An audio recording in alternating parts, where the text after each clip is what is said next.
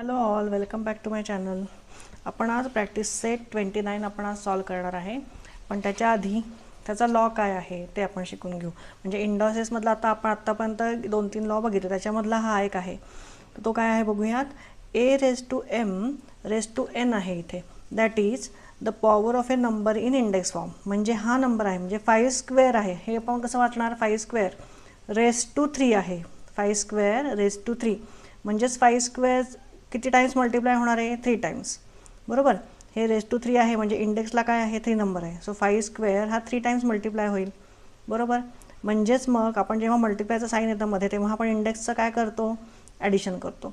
So 5 raise to 2 plus 2 plus 2 म्हणजेच 2 plus 2 म्हणजे repeated addition म्हणजे काय, मल्टिप्लिकेशन्स. म्हणजेच 5 raise to 2 into 3 is 5 raise to 6. म्हणजे इथे काय केलं आहे, 2 इंटू 3 म्हणजे ह्याची आणि ह्याचे मल्टिप्लिकेशन होणार आणि मग त्याचा आन्सर हे असं येणार.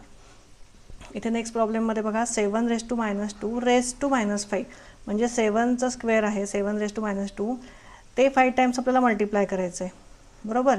मग ते 5 टाइम्स जेव्हा हे 5 इंटू काय होईल 2 आणि साईन मायनस आहे, सो हे -10 होईल. 1/-10 म्हणजेच काय येणार आहे आन्सर, 7 रेज टू 10. आपण जेव्हा ह्याचा मल्टिप्लिकेटिव्ह इन्व्हर्स घेतो तेव्हा आन्सर कधी काय येतं, पॉझिटिव्हमध्ये. म्हणजे हा इंडेक्स जो आहे तो पॉझिटिव्हमध्ये येतो.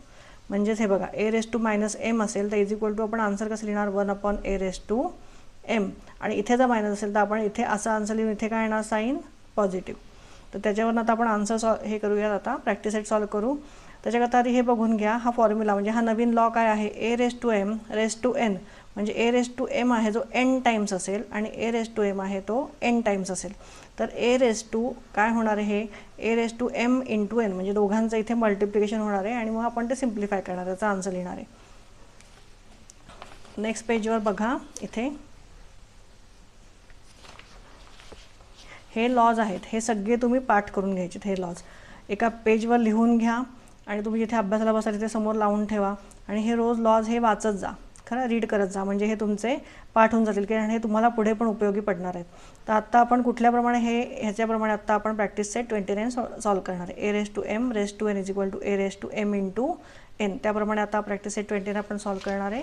आता इथे 15/12 रेज टू 3 रेज टू 4 आहे. म्हणजेच काय होणार आहे, 15/12 रेज टू 3 इंटू 4 होणार आहे.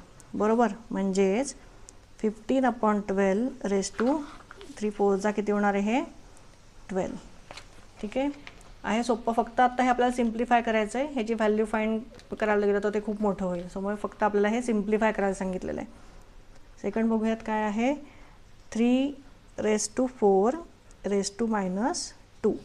आता इथे परत मल्टिप्लिकेशन होणार ह्याचं. म्हणजे कशाचं, 3 bracket raise to 4 into -2.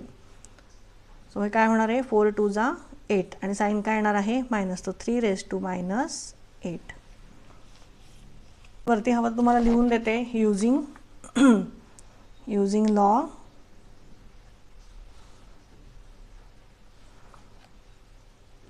A raise to M raise to N is equal to A raise to M N. म्हणजेच काय, multiplication.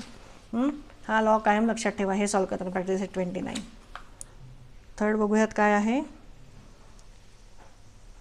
1/7 raise to -3 raise to -4.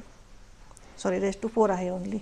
मग आता ह्याचं काय होणार आहे, मल्टिप्लिकेशन. म्हणजे इज इक्वल टू काय येणार आहे, 1/7 रेज टू -3 इंटू 4. म्हणजेच 1/7 रेज टू काय येणार आहे, -12. चला नेक्स्ट बघूयात. फोर्थ काय आहे, 2/5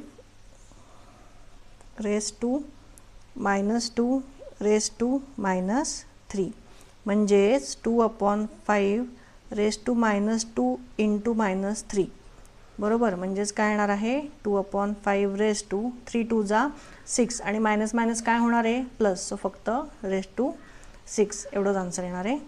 नेक्स्ट बघूयात, याला सगळ्याला ब्रॅकेट घाला शक्यतो, ही सवय लावा ब्रॅकेट घालायची. फिफ्थ आहे 6 raise to 5 raise to 4.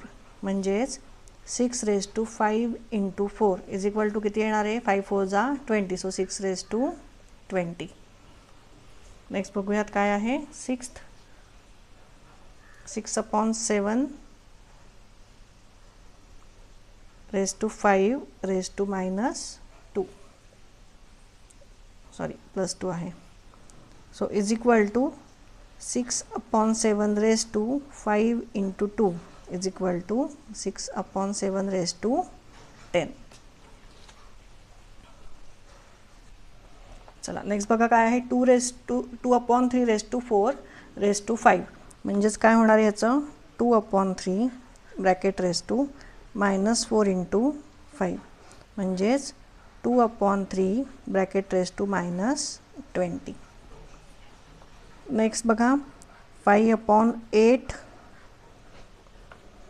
raised to 3 into -2 म्हणजेच 5/8 raised to -6. नेक्स्ट बघा 3/4 raised to 6 into 1 म्हणजेच काय 3 raised to 4/6. आणि लास्ट वन बघूया 2/5 raised to काय आहे -3 into 2 म्हणजेच 2/5 raised to 3 2 जा 6 इज -6. नेक्स्ट क्वेश्चन बघूयात. चला नेक्स्ट क्वेश्चन बघा write the following numbers using positive indices. म्हणजे हे जे आहे याचा आपल्याला काय करायचं आहे मल्टिप्लिकेटिव्ह इन्व्हर्स ह्याचा लिहायचा आहे. म्हणजे फक्त ब्रॅकेटमधला आपल्याला डिनॉमिनेटर न्यूमरेटरला जाईल न्यूमरेटर डिनॉमिनेटरला येईल आणि ह्याची साईन काय होईल मग पॉझिटिव्ह. सो हे लिहून घेऊ आपण 7/2 raised to 2. बस एवढंच आहे याचा आन्सर.